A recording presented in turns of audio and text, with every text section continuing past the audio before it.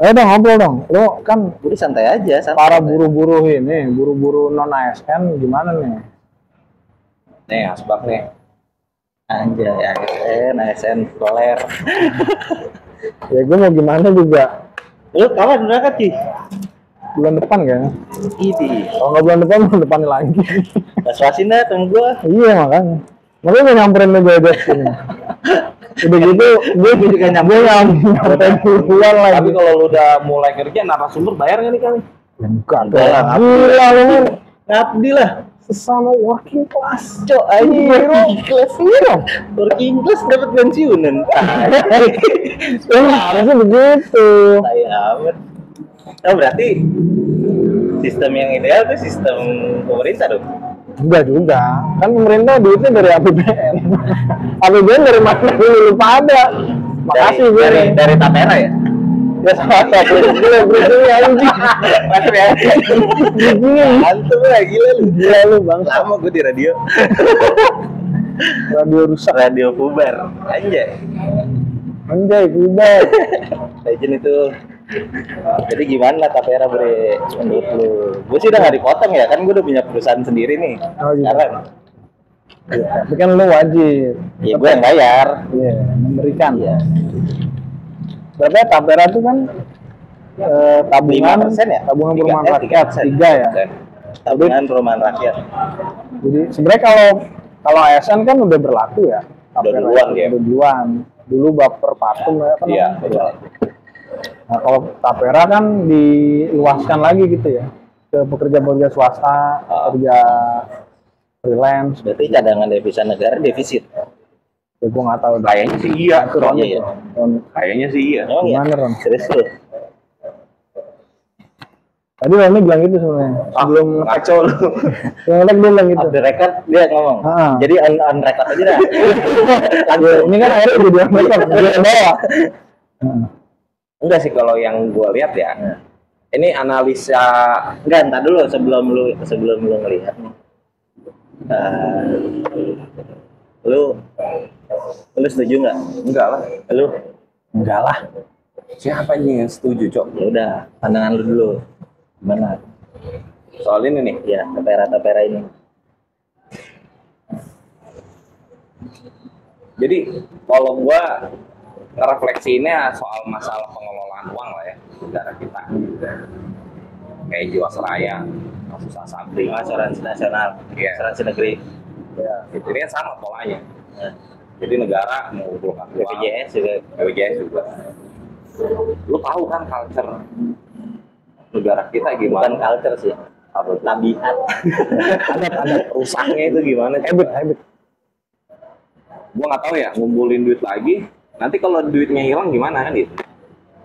Nanti rakyat lagi sih kena. Tapi kayaknya feeling gue sih pengen ada perang deh. Perang apaan, Cok? Perang dunia. Jadi negara tuh siap-siap. Nah, ini rakyatnya habis ini wajib militer kata gue mah. Kayaknya iya ya. Iya, ambil dulu duitnya Oh. nih kan mumpung lu pada masih kerja nih. Ntar kan lu wajib militer kan gak ada yang Tapi kerja. kalau wajib militer kan umur 30 tahun enggak kan ya? Ya nggak Ya, tahu. gue ngeri banget. Gue nggak jadi deh. Udah langsung ke perang. Kalau Arjen kan mau umur berapa aja wajib militer aja. Tapi kalau gue ngeliatnya gitu, Kecuali kakek-kakek. soal Tapera gitu. Dan kan gue nonton ya ada beberapa ini ya di YouTube juga sih. Tokoh yang ngomong kurang lebih tuh 83 triliun lah negara dapat dari uang PP Tapera ini dari pekerja. Per tahun. Per bulan. Per bulan. Per bulan. 83. Oh ini taksiran. Taksiran yang di estimasi yang Estimasi. diambil dari 3% itu. Lalu bisa bayangkan tuh uang 80 Setahun berapa tuh? lu kali aja lah bro, 83 kali 12 berapa? Coba kita itu 900 seribu lah, seribu 83 kali 12 Ribuan. 996 triliun Seribu lah. dalam Hampir setahun 1 bilion. ya kan. Lalu bisa bayangin itu uang sebanyak itu dikelola sama satu BP dan wataknya Republik kita nih berarti korup tends to corrupt. pasti itu. Anjay. Dan itu paling bahaya lagi memang sebetulnya. sudah orang. Emang corrupt. Bukan tens Bukan lagi. tens ya. Nah, faktanya itu kan dari sorry nih ya, kalau lu tahu pernah dengar Asabri itu soal di angkatan darat bagaimana Ya. kondisi perumahan. prajurit. Ya. Banyak lah itu berita yang ngomong lah. Kenapa Kan dana pengelolaan juga bos. Oh, rumah-rumah dinas. Rumah bukan rumah TNI. dinas. Kalau rumah dinas Rumah kan lu untuk nggak bikin.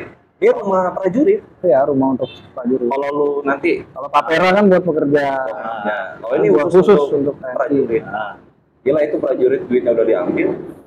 Banyak rumahnya yang gagal. Gitu. Itu kan masalah ya. Bahkan kalau lu punya saudara atau apa, lu tanya dah. itu militer ya, apalagi sipil ya. Iya bisa lu bayangin gitu. Bayang sih gua. Nah, terus gini. Kebayang sih itu orang duitnya banyak banget. Kebayang Terus banget gini, gua. ini kan ini logika tanahnya gitu. Ini logika tanahnya. Ini gue menariknya itu, ketika ngomong rumahan rakyat, berarti kan butuh lahan tanah. Pekerja-pekerja itu, nanti dia punya rumah mau di mana? Ya, Jabodetabek aja deh kita ukur deh bro. Nah, lu kan orang Gue sudah punya, properti gue ya. sudah punya. Tapi lu tetap bayar bro. Ya kan Iya. bayar. Kita Direktur. Cuk, malah Ya lo mau direktur bekerja intinya lu bayar. lu bayar. Bayar. Nah kalau gue lihat kan gitu, ada kan perimbangan 1% Itu rumah gua dua tuh, ntar. memiliki tanah. Nggak gitu mainnya bang. Konsepnya nggak begitu bang. Tapi gue yang perihal yang itu tuh tadi, yang kan di 3%. Misalkan gajinya taruhlah 5 juta, berarti berapa? 150. 150.000 dihitungin tuh. Pokoknya pas dia pensiun ntar cuma 300 jutaan nih dapetnya. Mending kalau misalnya diambil umur kerjanya udah 40 tahun gimana? Ya? Dia umurnya 40 tahun, tapi kan kerjanya berarti kan 50 udah Pensiun. pensiun. Enggak, kita ambil umur pensiun rata-rata lah 55. Iya, 57 lah, 57 kan. Sekitar 350 juta. Dari lu mau taruh di mana rumahnya? 50-an juta. Berarti lu dapat rumah di Cinangmeng kayaknya. Kalau masih ada. Lama yang berapa ya? Udah lama di sono. Bogor. Oh, kan suka tani. Gue nggak tahu. Ben Pangerap. Berdua doang. Nah itu juga jadi bacaan gitu kan soal tanahnya gitu kan. Ya. Gitu. Gue sih mandangnya ya biar nabung aja kayak BPJS, JHT yang jaminan hari tua tuh kan kita dipotong juga tuh Iya. 5% apa itu. Gua kemarin nyairin setelah 5 tahun kerja ya 15 juta. Lumayan lah Tapi gue nggak tahu ya. buat poya-poya. Ini kan baru peraturan PP-nya, tapi peraturan pelaksananya kayak menterinya. Nah, lu gitu, menurut lu belum gimana ada. nih sebagai abdi Apa tuh? ya memandang Iya Tapera belum ini ya. Belum apa? sebagai akademisi lah. Oh. Gue orang biasa aja ya. Ya akademisi lah anjing. Enggak lah. Terus gue di Lu mahal cowok ngutang-ngutang masa nggak lakuin anjing. gue kata-kata ngomong yang ngaco gitu kan. Jangan lah, gue orang biasa. Iya. Sama lah, working class gitu. Iya. Kelas bekerja. Ya kalau Roni kan tadi dari sisi apa pengelolaan sama satu lagi isu ketersediaan tanah ya. Iya. Sebenarnya itu dua hal itu emang termasuk dalam masalah tapera ini gitu. Ya korupsi pastilah itu jadi apa jadi isu ya gitu. BPJS ada korupsi nggak sih? Pernah ada kasus nggak? Pernah lah Pernah ya? semua hampir semua program penyelenggaraan. Walaupun nggak ada, emang belum dikulik aja. Belum ketahuan aja, belum. Ya gue sih sepakat sama itu ya. Kalaupun nggak ada bukan berarti nggak ada. Iya. Nggak kedengeran. Belum ketahuan aja. Belum Kalau ketahuan. nggak ada tapi nilainya nggak signifikan untuk diangkat. Kayaknya sih Iya. gitu. Iya. Kurang gurih. Iya. Nggak kayak yang timah. 21 T. 271 anjing 2,5 T aku mati anjing di Cina. Di sini melenggang kangkung. Nah itulah maksud gua kan dengan kondisi konfliknya kita seperti itu ya. Korupsi itu bahaya sih soal tapera ini kalau gue ya. Berarti masih tidak percaya ya. Iyalah. Ya. Terus? Ya kalau korup ya pasti itu masalah gitu ya. Terus tanah juga kelangkaan tanah itu pasti masalah. Tapi kalau gue ngeliatnya kemarin kan gue baca lah nyari-nyari sumber gitu ya. Ya memang persoalan rumah itu kan udah persoalan lama sebenarnya. Dari zaman kala sudah ada gitu ya. Dari boomer ya. Dari ya bahkan sebelum dari zaman kolonial Belanda itu udah ada masalah rumah itu. Nah sebenarnya akarnya di mana? Akarnya itu ketika wilayah kota ya let's say Jakarta lah ya itu dibanjiri oleh penduduk-penduduk dari luar Data. Jakarta. Urban sprawl. Akarnya di situ sebenarnya. Jadi Rumah meningkat. kebutuhan rumah meningkat dan itu akhirnya menciptakan masalah gitu. Karena ini orang-orang yang nggak punya rumah mau tinggal di mana, dan ketika mereka menghuni tanah-tanah liar dalam tanda kutip Iya, iya. legal, itu mengganggu mengganggu kepentingan pembangunan gitu. Nah, akarnya di situ sebenarnya. Dan itu berlanjut terus sampai sekarang.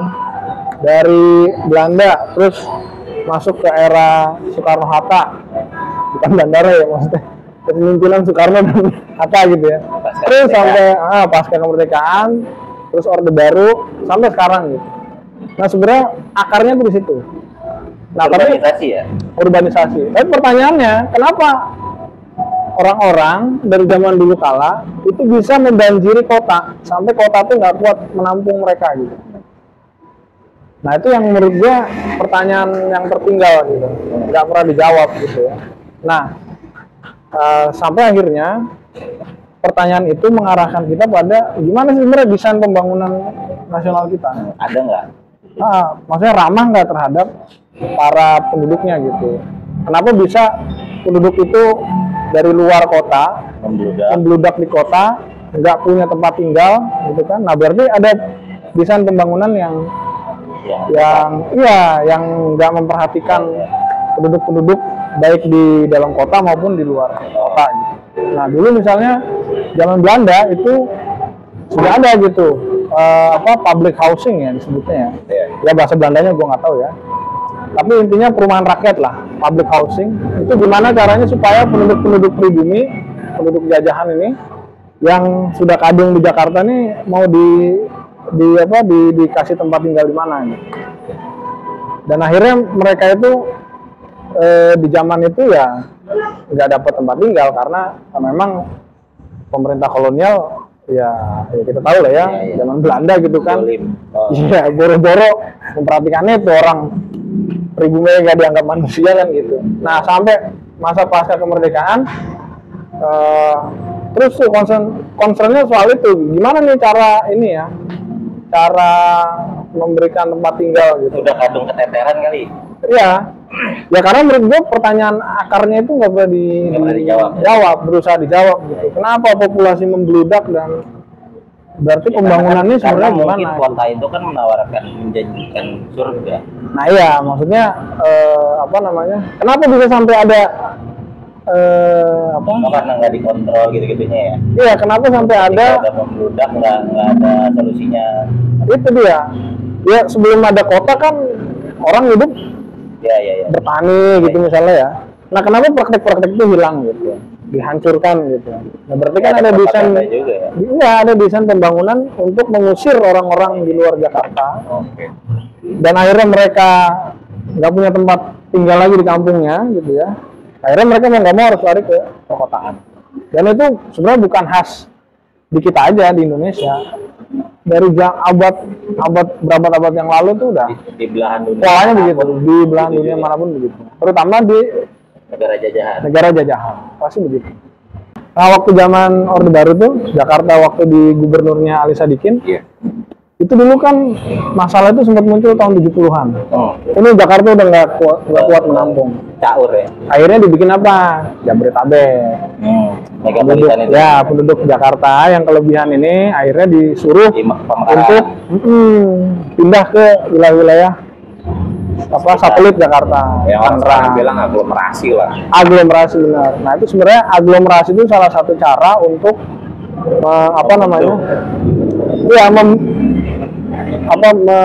mengontrol ini nih populasi ini. Iya, memang gagal. Dan sekarang ditambah lagi ada aglomerasi, gagalnya emang gimana? Gagal terus. Dan setelah 90-an kita yang terkena krisis itu kan krisis 97 ya, 96-97. Nah, itu kan mau nggak mau kita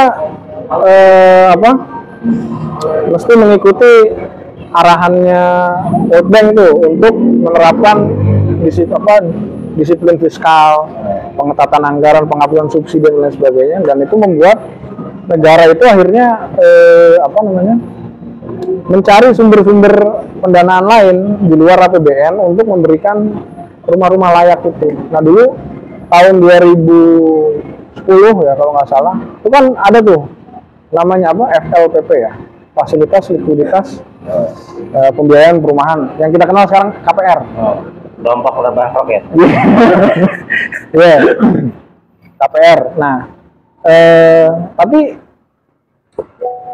nah ini problemnya sebenarnya di satu sisi akarnya nggak pernah dipertanyakan, kenapa populasi sampai membludak di perkotaan, dan kedua dari dulu sampai sekarang yang gue perhatiin ya, memang negara itu nggak punya Solusi konkret. itu satu, kedua memang nggak punya kemauan untuk memberikan cadangan devisanya untuk memberikan hunian layak bagi penduduknya gitu. Dari dulu, dari zaman kolonial itu selalu mengandalkan pihak ketiga gitu, investor ya. Dulu zaman Belanda itu ada 2 perusahaan besar gitu ya, akhirnya gagal juga gitu. Terus zaman Ali Sadikin kan pengembang juga Jabodetabek. Gue misalnya Tangerang ya, Sinarmas, ya kan? Di Bekasi, Aku boro-boro. yoi, di Bogor apa ya? Ciputra. Ciputra gitu. Nah, maksud gua presentasi tanah pun itu dikuasai sama perusahaan besar. Nah itu yang menarik itu soal tanah itu. Nah benar kata tadi, di Jakarta itu atau sekarang Jabodetabek ini, tanah di mana yang mau dipakai untuk untuk dijadikan perumahan? Nah itu juga salah satu. Ada banyak tanah mau. Iya banyak. Yang beli kagak. Cuma dikuasain sama siapa kan gitu. Peruntukannya 300 untuk juta tuh mendapat mau security anjing. Tanah segitu doang anjing. Iya. Gimana lu? makanya. Nah, itu juga yang jadi masalah bagi kita yang muda ya. Oh iya. Punya tanah. Akhirnya kita nggak bisa mengakses. Tapi lu butuh nggak? Hah? Maksudnya Rumah butuh. kepemilikan atas tempat tinggal lu perlu nggak? Itu hak bro. Perlu lah. Kan bisa kontrak gitu, sewa. Apa? Ya itu kan hanya Kalau rumahnya iya premier kan gitu, makan makannya nih. Ya. Cuman memiliki hak kepemilikan atas rumah itu lu butuh nggak sekarang? Butuh lah. Oh Butuh banget. Siapa yang mau kontrak? iya, Selamanya. ada. Tiap bulan harus bayar. Ikan Sampai kita lu mati. financial planner kan ngomongnya gitu, lu tuh nggak mesti ngambil rumah, Makanya. fungsi rumah, lu tuh Makanya. hanya perlu ngontrak karena lebih murah. Kata siapa lebih Kan murah? financial planner bro, gila lu. Enggak tetep bro. Nah, gini deh sederhananya. Oke. Mau lu ngontrak semurah apapun, dibanding sama lu punya rumah, waktu-waktu diusir sama yang punya kontrakan. Pindah lah, lalamu. Dari dunia harusnya. Ketidakpastian akan. Iya, lu kalau punya rumah siapa yang mengusir lu? Orang rumah punya lu. Debt collector, orang mengutang. Ya, itu kan persoalan lain. terkait yang menarik ya, tanah juga kan sebagai identitas juga kita ya. Oh iya. Kita lekatan Gua simbol kemana? enggak bukan, Enggak. tapi identitas toh. Nah, gitu loh. Kepemilikan tanah itu satu identitas. Lo pribumi, lo apa, lain sebagainya. Itu menurut gua juga harus juga dipikirkan. Iyalah, lu misalnya lu orang udah lama menempati daerah Pasar Minggu, tiba-tiba ya lu udah identitas lu udah menumbuh di badan lu kan, lu orang Betawi gitu. Terus kalau lu pindah ke Citayam misalnya, ya meskipun masih ada orang-orang Betawinya lah, tapi kan beda gitu. Ya. Lu merasa terasing dari, pendatang. iya, Begitu. itu gak jadi persoalan gitu. Nah, terusnya yang soal tapera ini juga baliknya gini. Limitnya tuh di mana si pekerja atau gua nih, kita itu bisa mengambil rumah tuh di tahun keberapa? Itu harus penting. Kalau lu bilang ini tabungan perumahan untuk rakyat, berarti kan rakyat harus mengambil rumah. Apakah rakyat bisa memilih? Contoh gua kerja di mobilitas gua kan Jakarta Selatan, Bekasi, Jaktim kan gitu. Berarti kan harus dekat-dekat kan. Ya gua tinggal minimal di Bekasi lah. Hitung bisa bro. Jauh bro, jauh. Ngomong jauh nih. Mungkin. Jauh bro, lu udah ngelangsa banget. Langsung gitu. Jauh bro. Bisa kan lu bayangkan yang kayak gue kan pasti ada jutaan yang lain yang sama. Nah, apakah mereka bisa memilih? Kan gua pikir sih nggak mungkin. Dan justru nanti zongnya adalah ketika emang udah boleh ngambil, lu dikasih pilihan tempat yang nggak sesuai dengan kebutuhan lu. Akhirnya apa? Rumah-rumah tanah itu juga nggak terpakai. Sedangkan identitas tanah yang tadi, lu harus mengelola itu juga tanah. ya lu tempat tinggalin, lu produksi untuk tanah. Logika dasar tanah kan gitu. Makanya dibentuk undang-undang pokok agraria kan. Nah gitu sih kalau menurut gua. Tambah lagi di Jabodetabek ini kita ukur deh perusahaan-perusahaan properti besar kok yang lebih banyak punya tanah ketimbang ini. Iya jelas. Dan lo harus membayar mahal harganya itu. Kalau menurut gue sih ini cukup mengada-ngada ya. KPR ini cukup mengada-ngada gitu. Pemerintah tuh mengada-ngada aja buat ngambil duit rakyatnya. Nah itu karena karena nggak logis juga maksud gue, karena gue salah satu gue cukup paham lah skema gimana caranya ngambil rumah gitu. Karena gue pernah ngambil. ya, Terus oke, misalkan boleh bisa dipakai nih dari sini, berarti nanti alokasinya sekian. Tujuannya apa tapera ini? Untuk apa? Apakah ada nanti insentif untuk si pekerja ini untuk dapat memudahkan untuk mengambil rumah kah, tanpa BI checking kah atau apa segala macam? Karena itu ribet, ngambil rumah tuh ribet. Apalagi KPR ribet. Kalau cash mah gampang. nah Kayak beli kacang. nah gitu toh. Karena sekarang ini ukuran pelaksananya nggak ada, belum ada. Ya iya, makanya gue bilang jadi mengada-ngada. Ya enggak? Tapi gue setuju sama lu tadi yang lu bilang kayaknya negara lagi butuh duit makanya ambil Ya iya, maksud gua kalau misalkan tabungan dana darurat masyarakat nggak apa-apa, judulnya dana darurat, gitu kan? Maksudnya ketika lu ambil ada tenggat waktunya masuk akal. Oh gua darurat nih, setelah berapa misalkan taruhlah kayak deposit. Kalau menurut gua, ini kalau tapera ya lu insentif untuk ngambil rumahnya ada nggak?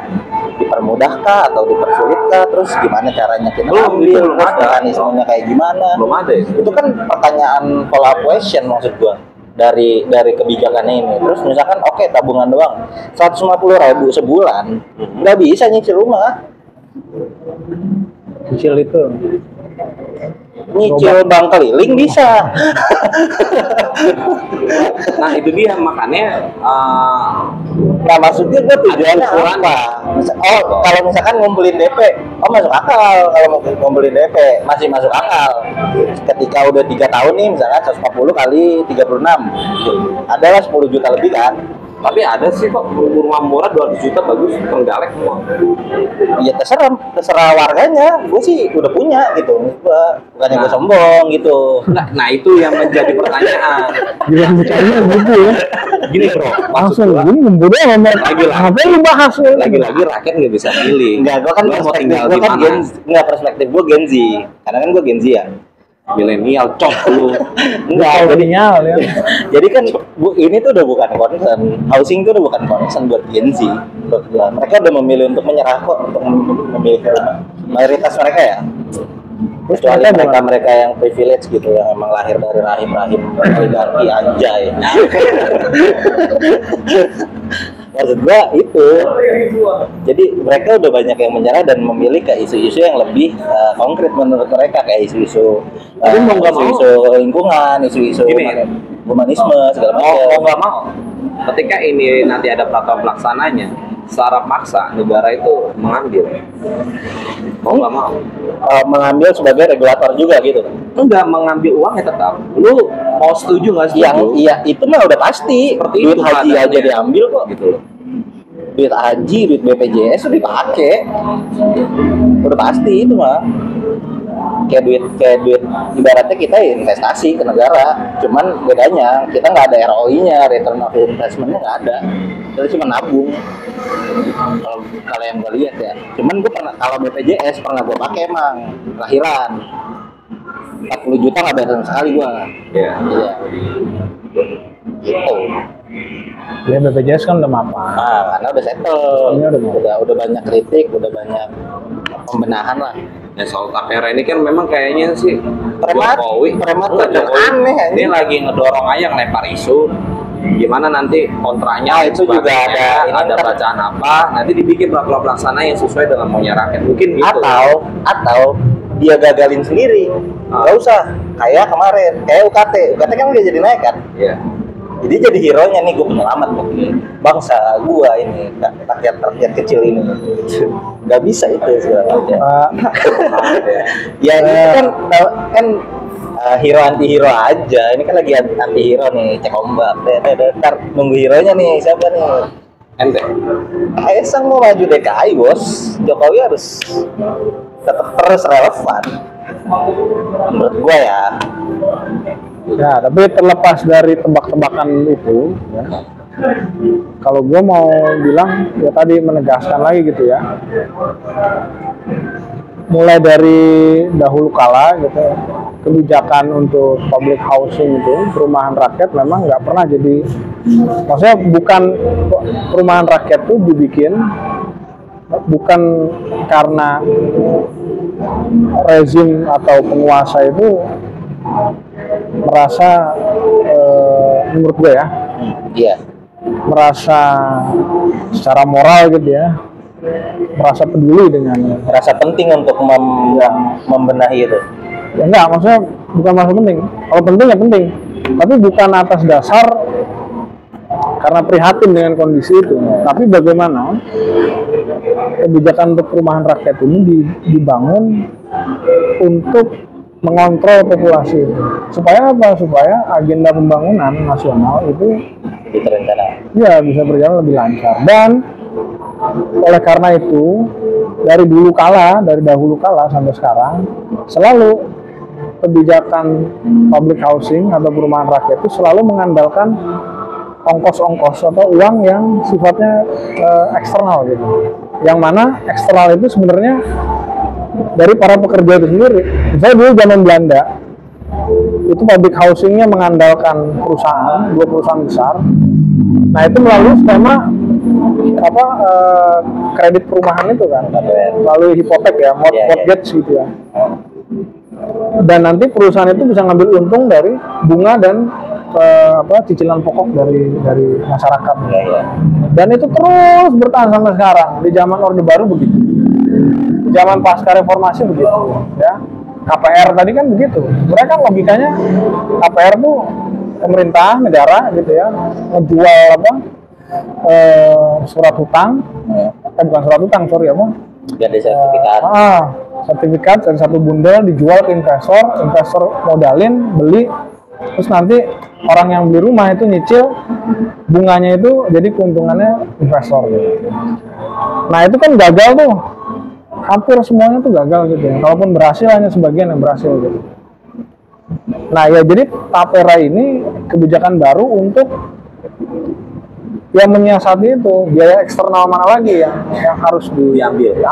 Nah Tapera ini ya kebetulan biayanya tuh dari para pekerja kan, dari upahnya mereka. Ya itu terlepas dari tebak-tebakan sebenarnya ada di balik agenda apa Tapera ini, tapi menurut gua agenda politik apa di balik Tapera. Tapi menurut gua kalau gua menekankan logika pembangunannya dari dulu tuh selalu begitu. Jadi ini memang kelanjutan dari logika pembangunan itu yang begitu ya, saja. yang sebenarnya akarnya itu ya tadi nggak pernah dijawab gitu ya, kita nggak pernah menjawab itu. Menurut lu jawabannya apa? Menurut lu jawaban atas public housing ini apa? Jawaban maksudnya jawaban apa? Kan membludak, ada masalah. Nah itu jawabannya menurut lu apa? Ya kalau gue sih krisis rumah itu ya krisis kapitalisme lah. Iya. Betul, gue setuju bro. Sistem apa yang mendorong orang-orang keluar dari desanya karena di desanya dikuasai tanahnya oleh konglomerat. Kalau bukan Kapitalisme. Berarti sosialis lah kita ya? Ya belum tentu juga, belum tentu. Belum ada upaya public housing alternatif yang benar-benar memadai. Ada nggak gagasan lu untuk public housing? Ada. Nggak, atau gini, tapi ini udah terlanjur nih, udah terlanjur begini nih. Nah, Ada nggak lu gagasan lu untuk ini ya. Oke nih. Ya, ini gue mau respon ya. Kalau gue jadi PUPR, oke nih gue kayaknya. Ya, ini mau gue respon juga dari tadi sebelum rekam ya. Pasti keluar untuk Nah, menurut gue kita harus belajar untuk tidak gampang bilang terlanjur. Karena apa, men? Kalau kita pakai logika itu dari dulu, kolonialisme menjajah Belanda 3,5 abad. Terus kalau para Soekarno, Hatta dan sebagainya bilang terlanjur, nggak bakal merdeka. Ya enggak lah, mungkin mereka mikirnya oh ini kita udah terlanjur terjajah nih, gimana cara kita merdeka gitu loh maksud gua. Nah berarti kan sekarang pertanyaannya itu udah merdeka belum? Belum lah. Nah ya udah, ngapain lu bilang terlanjur gitu? Iya. Ya harusnya merdeka dong. Terlanjur berjajah, ya udah nih kita bikin simbol aja nih proklamasi biar nggak apa terus terjajah tapi seolah-olah kita Nah, maksud gue gitu, kadang-kadang akarnya di mana, tapi ketika kita bahas akar tuh orang deh, gitu lah kita udah terlanjur nih, terus harus gimana? Ya nggak bisa menurut gue. Tapi kalau gue gini sih, ini ide gue sih, maksudnya hayalan-hayalan nggak bangun. Ketika kita kan punya culture gotong royong kolektif. Ya. Gue pernah ngebayangin gini, ada 20 orang, gue serius, 20 orang, Terus dia menarik. patungan, dan anggaplah dia punya tabungan 1 juta, 1 juta. Ada 20 orang, berarti kan sekitar berapa M lah gitu. Jadi dia bangun, dia beli tanah, dia bangun rumah untuk 20 orang itu, dan dikelola secara kolektif. Ya. Itu juga bisa menjadi wacana untuk lu mendapatkan rumah, Bisa. gitu. Mungkin itu bisa dilakukan kalau menurut gua ya. Bisa. Cuma pertanyaannya, sejauh mana skalanya gitu ya? Iya. Kalau skalanya lokal mungkin bisa. Maksudnya gini, contohnya lu di tanah. Akhirnya lagi-lagi kolektif rakyat yang berkolektif yang Iya, iya, tahan paham hidup gua. Gitu. Cuma kan pasti, misalnya, ini kita pakai ilustrasi konkret ya. Lu misalnya lu punya uangnya, atau kita patungan ya, kita ber-20 misalnya patungan, Iya. beli tanah. Nah dari proses itu aja, beli tanah, itu udah pasti kita akan menemui kekuatan-kekuatan di luar kita yang boleh jadi mencegah kita untuk menguasai tanah itu. Ya, misalnya perusahaan atau negara gitu ya, bank sekalipun. ya makanya mungkin kalau skalanya lokal itu mungkin bisa gitu ya. Kita cari tempat di daerah mana ada tanah misalnya 5 hektar, kita beli, mungkin kita bisa bikin ya mungkin bahasanya komun gitu lah ya.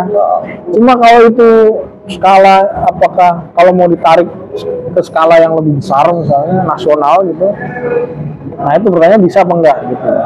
Maksudnya bisa nggak seluruh kelas pekerja, seluruh orang menengah ke bawah itu melakukan itu gitu. Nah, iya itu maksud gua hal-hal yang kolektif seperti itu. Misalkan anggaplah di sisi-sisi nelayan di pinggiran Yogyakarta. Gue sempat berpikir itu bisa dilakukan konsolidasi tanah bos, reforma agraria, gitu kan, lewat RA, gitu, agar dia juga punya hunian yang layak dan kemudian juga dia terakomodir. Betul. Itu juga bisa dilakukan sebetulnya. Tapi yang jadi masalah, negara kita nggak mau aja. Ya kan Makanya kegagalan RA itu nggak pernah berhasil di perkotaan ya khususnya, karena negara yang nggak mau. Iya. Gitu. Menurut gue itu negara nggak mau aja menaikkan taraf masyarakatnya. Gitu. dia balik lagi kapitalisme itu. Emang harus dilawan kok. Capek bro. Iya. Sumpah dah. Ya tuh Gua dari dalam kayak gua pernah nggak bisa gua. Lu dalam luar, emang lu lagi di luar ini? Di luar gua sekarang. Dalam. Baris baru lah. Tetap aja lu di dalam relasi itu, hubungan Masih sih. ya memang nggak bisa keluar sih. belum balik kaki kok. Emang nggak bisa keluar. Itu semua ada di dalam. Iya. Tenang aja, kita sama-sama berbagi ruang ya. Nah itu kalau misalnya jawaban gua, kita nih yang muda-muda, gue pengen lah berdikari mandiri, kayak punya rumah, gue pengen bangun keluarga lain sebagainya lah. Ya coba lu kolektif gitu kan. Ya elah bro, nyawa gedung aja pusing lu bro. Menikah. Sekret itu. Menikah. Nah, Makanya apalagi mikirin rumah. makan deh bro. Belum mikirin cat free ya. Bro. Tapi ngapain dipikirin? Jalanin aja. Lu nggak mikirin apa-apa. Iya, lu child free dah kata gua mah. Ya udah, maksud gua ya itu, gua belum denger menurut lu gimana tadi. Kan dia udah nih kolektif 20 orang, patungan. Kalau menurut lu 5 orang juga bisa bro, kalau 1M. Ya, siapa kita- yang punya 1M anjing? Mak lu. Pinjol. Bro. Pinjolnya 20 juta doang. Makanya jangan judi online mulu lu. Terus gimana? Ya kalau gua sebenarnya baik praktek maupun gagasan menyediakan rumah yang layak itu sebenarnya bukan yang nggak ada, itu ada gitu. Baik prakteknya RSS dulu ya. rumah itu public housingnya pemerintah itu. Iya kan? Yang tapi yang suruh nyicil siapa? Iya kita. Iya udah. Ya maksudnya balik ke tadi, gagasan atau praktek public housing yang alternatif gitu ya, yang memang benar-benar sasarannya untuk orang-orang kecil itu sebenarnya ada, pernah ada gitu ya. Di sepanjang zaman manusia hidup tuh pernah ada. Nah, menurut gua ya gua nggak tahu kayak gimana, tapi Ada lah yang pasti pasti ya. enggak, maksudnya yang pasti kita tuh harus mulai untuk mempelajari cerita-cerita tentang itu, baik gagasan maupun praktek yang dulu sudah pernah ada. Terus apa namanya, pasti mereka punya kelebihan dan kekurangan. Nah itu yang harus kita pelajari, karena ya lagi-lagi praktek apa namanya, program public housing, perumahan rakyat itu kan bukan barang baru, itu udah ada dari zaman dulu kala gitu. Bahkan sebelum kolonial Belanda ada itu ya, masalah hunian tuh udah ada. Cuma gue batasin sampai kolonial Belanda karena gue nggak tahu yang sebelumnya gitu ya. Nah artinya program itu program yang merupakan produk dari sejarah, dan dalam perkembangannya ada respon-respon yang muncul dari bawah, yang tentu gak hanya dalam bentuk protes, tapi juga mereka pasti menawarkan alternatif-alternatif. Nah, menurut gue itu yang harus kita pelajari gitu, sebagai landasan untuk untuk kita kebijakan selanjutnya. memproyeksikan masa depan rumahan rakyat seperti apa ya, yang benar-benar sasarannya untuk orang kecil yang nggak punya rumah. Ada nggak dari lu kan udah belajar nih, udah ngeliat lah sejarah-sejarahnya, menurut lu yang ideal gitu? Menurut lu deh. Ya menurut gue yang pasti, kalau konkretnya gue belum bisa jawab ya, tapi secara prinsip yang pasti orientasinya untuk itu tadi, orang kecil yang nggak punya rumah dia bisa punya rumah. Jadi orientasinya berdasarkan kebutuhan, bukan karena lu mau mengusir orang-orang itu dalam tanda kutip ya, karena lu mengganggu keindahan kota. Bikinin distrik bro. Oh, Kayak iya. Itu jawaban gua harusnya dikonsolidasi tanah lah. bikinin distrik kayak film distrik 13 tuh. Nah, itu tuh yang selam tuh Nah itu konsolidasi tanah itu. Nah dan dulu tadi tadi Roni udah bilang RA kan, reforma agraria. Nah kita tuh pernah punya masa ketika masyarakat kita secara kolektif itu mencoba merumuskan program-program atau desain pembangunan yang alternatif, termasuk soal rumah gitu, soal hunian. Nah itu terjadi di antara tahun-tahun setelah kemerdekaan sampai pertengahan 60-an. Itu kita punya gitu, dan gejolak reforma agraria kan sebenarnya juga ada di tahun-tahun itu. Dan itu mau merumuskan ulang gitu. Sebenarnya tanah itu untuk siapa? Tanah itu peruntukannya untuk apa? Nah itu pernah ada masa-masa ketika hukum kolonial, hukum Belanda soal tanah, soal rumah dan lain sebagainya itu mau diubah gitu secara radikal gitu. Ada di tahun-tahun itu, dan dinamikanya sangat besar sekali gitu, melibatkan banyak orang gitu ya, dari berbagai aliran gitu, mau yang membawa agama atau yang non agama gitu. Itu pernah ada ruangnya untuk didiskusikan dan kenceng ya. Iya, nah masa itu sudah hilang, terpotong oleh 32 tahun dan bahkan dilanjutkan sekarang. 30 tahun siapa maksudnya? Pak Harto? Iyalah, Orde Baru kan? Iya. Terpotong masa itu. Berarti dosanya dia masih sama ya sekarang ya? Nah, gue sih selalu ingat ya, ada satu orang, dia bilang begini, warisan kunci dari Orde Baru adalah dia bisa memutuskan imajinasi di tahun-tahun 50-an itu, sampai 60-an, dengan generasi setelah 90-an, setelah Orde Baru. Kayak skip ya? Iya, gue dulu pernah berapa kali misalnya main ke Arsip Nasional, itu gue ngeliat arsip-arsip di tahun itu ya, gimana Kan desain perusahaan. Seprogresif itu ya. Ya, dulu perusahaan itu desainnya, perusahaan nasional. Itu dewan direksinya, ada perwakilan dari serikat tani, serikat Keren banget.